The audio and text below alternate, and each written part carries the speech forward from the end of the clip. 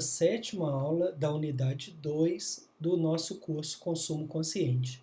Então, nas aulas anteriores, a gente falou sobre os aspectos culturais e de como eles influenciam as ações humanas, né? Vocês provavelmente estão acompanhando as aulas e viram sobre isso.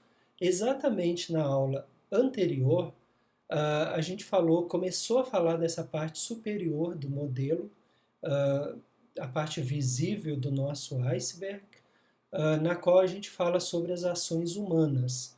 Então, falamos sobre a responsabilidade social e ambiental das organizações. Alguém poderia perguntar, mas qual a relação disso com o consumo consciente? Ora, o nosso consumo, a nossa forma de pensar, a nossa forma de se comportar nas compras vão influenciar as ações das empresas, o marketing das empresas. Então, como eu tinha falado em algumas aulas anteriores, é tipo aquela ideia do ovo e da galinha, né? Quem veio primeiro, quem influencia quem. Então, a ideia do marketing do comportamento do consumidor é a mesma. O marketing influencia o comportamento das pessoas e o comportamento das pessoas influencia o marketing das empresas. Por isso, ele entra como uma importante ação humana. Além disso, a gente tem que entender que as pessoas, nós, né, temos vários papéis. Um dos papéis é como cidadão. Então, como cidadão, a gente tem um poder em relação a toda essa parte do consumo consciente e do meio ambiente, descarte de produtos, embalagens, coleta seletiva, etc, etc. Mas também são as pessoas que dirigem as empresas, que fazem os trabalhos das empresas. Então, elas provocarão essa maior ou menor responsabilidade social e ambiental, certo? São as pessoas também que integram os quadros do governo. São as pessoas que são vereadores, prefeitos, governadores, deputados, presidentes, né? Então, também são importantes esses locais, tá? Tem uma influência muito grande no consumo. E aí, fazendo todo esse apanhado, a gente chega agora na parte do uso inteligente dos recursos naturais. Então, a gente já falou na aula anterior sobre a importância das empresas otimizarem os recursos. Otimizar o recurso não é só uma questão ambiental, é uma questão de custo, de usar bem os recursos e não desperdiçar, ok? Então, produtos e serviços das empresas, né, eles vão gerar diversos impactos, tanto positivos quanto negativos, né? Então, impactos ambientais são coisas que vão acontecer em qualquer processo produtivo. Já a intensidade desses impactos vai depender de cada empresa, de cada organização, depende do seu planejamento, do seu grau de conhecimento, da importância que dá à questão ambiental, se ela está preocupada com os resíduos que vai gerar, se ela tem uma solução para isso, se ela tem filtros para evitar a poluição do ar, o que ela faz com as sobras de matéria-prima, né, como que é a educação interna dos trabalhadores. Tudo isso a empresa precisa estar antenada, né?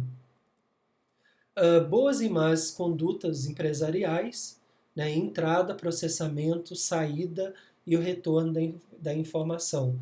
Então a empresa ela tem que cuidar de tudo isso, né? Qual tipo de matéria-prima que entra no meu processo? Poderia haver um tipo de matéria-prima mais amigável, menos impactante negativamente ao meio ambiente?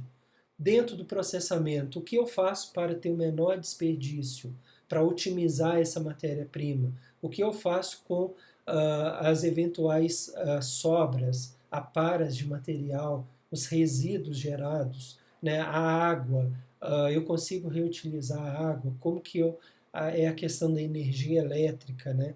A saída, como que é esse produto? Esse produto lá na frente, o consumidor terá facilidade de descartá-lo? Como que será? Cooperativas de catadores, por exemplo, conseguirão recolher essa embalagem ou esse produto e ele terá facilidade de ser reciclado na frente. Então, todo esse retorno dessa informação é importante. E aí eu quero chamar a atenção e relembrar de novo aquele exemplo da Cert Generation, né? Daquela embalagem de papelão de detergente. Imaginem que habitualmente uma empresa que fabrica esse tipo de produto, a entrada, qual que é o tipo de matéria-prima? São plásticos, né? É um plástico. A Seventh Generation mudou essa entrada. Agora, ao invés de ser plástico, tirando a tampinha, que continua sendo, mas passa a ser o papelão, né? Aí o processamento, vamos imaginar lá dentro, ao invés de tu ter sobras ou resíduos de plástico, tu vai ter de papelão. Quer dizer, que vai impactar muito menos o meio ambiente do que se fosse o plástico. Né? A saída, da mesma forma, esse produto vai ficar na mão do consumidor, de nós consumidores, nós vamos usar esse detergente com essa embalagem de papelão e no momento de descartar, provavelmente, né, o catador terá uma facilidade, é um produto que certamente muito mais fácil de ser reciclado do que o plástico. Então, todas essas informações, a empresa precisa estar ciente, né? Ela tem que buscar esse feedback. Então, dependendo da conduta exercida pela organização, haverá maiores ou menores impactos ambientais negativos. A empresa precisa trabalhar isso, ela precisa pensar isso. Os gestores, os administradores precisam levar isso em consideração. Não é mais uma moda a questão ambiental, é uma questão de estratégia, é uma questão de ganhar dinheiro, não só pela boa imagem que os seus produtos vão passar a ter, mas por toda a melhoria que tu vai ter no ambiente interno da empresa, pelas boas práticas que tu vai fazer. Então, esses ambientes, esses impactos ambientais, perdão, os negativos, eles podem ser minimizados quando existe o planejamento e a conscientização da empresa. Analisando pela lógica do uso inteligente dos recursos naturais pelo homem, pode-se chegar a algumas conclusões, que preferencialmente um produto ou uma embalagem ele deve ser reutilizado por outros usuários, como produtos doados, vendidos de segunda mão, etc. Então o ideal é que a gente possa, esse produto depois que ele é utilizado, ou essa embalagem, que ele possa retornar e ter um uso, né? Que ele não seja simplesmente descartado, que ele possa ser reutilizado. Ou, caso não seja recomendável, não seja possível, que ele possa ser reciclado, para que a gente possa reutilizar, né, reciclar essa matéria-prima e fazer um novo produto. É só a gente lembrar do caso das latinhas de alumínio, de refrigerantes, de cerveja. Então, elas, no Brasil, por exemplo, a taxa é mais de 99%, segundo algumas fontes. Então, tu consegue recuperar todo aquele material e ele volta para o ciclo produtivo e faz uma nova latinha de alumínio.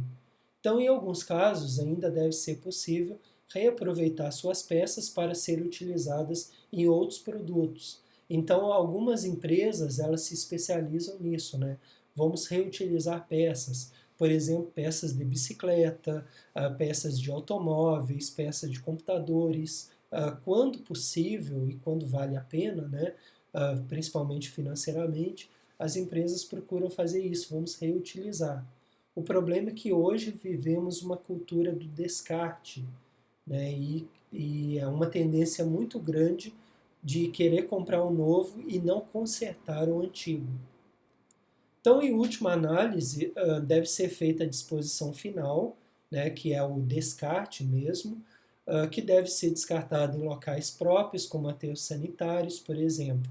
Deve-se ter um cuidado muito grande para minimizar os impactos ambientais negativos.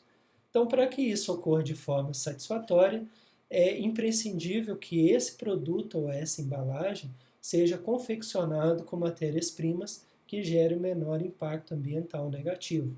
Assim, essa disposição final, esse descarte, provocará menos impacto ambiental nos aterros sanitários. Então, todo processo produtivo destinado à elaboração de um produto, ele vai implicar em gasto de água, gasto de energia e gasto de matéria-prima. Então, não vai ter jeito. O que a gente vai procurar é o gasto de água, voltando aqui, o gasto de água, o gasto de energia e o gasto de matéria-prima, a gente vai tentar, principalmente nesse ponto aqui, que é o processamento, tornar ele o mais otimizado possível. Eu tenho como reutilizar a minha água no processo produtivo? Tenho, eu criei um sistema, então eu vou precisar de menos água, correto? Isso é positivo, eu estou otimizando essa água.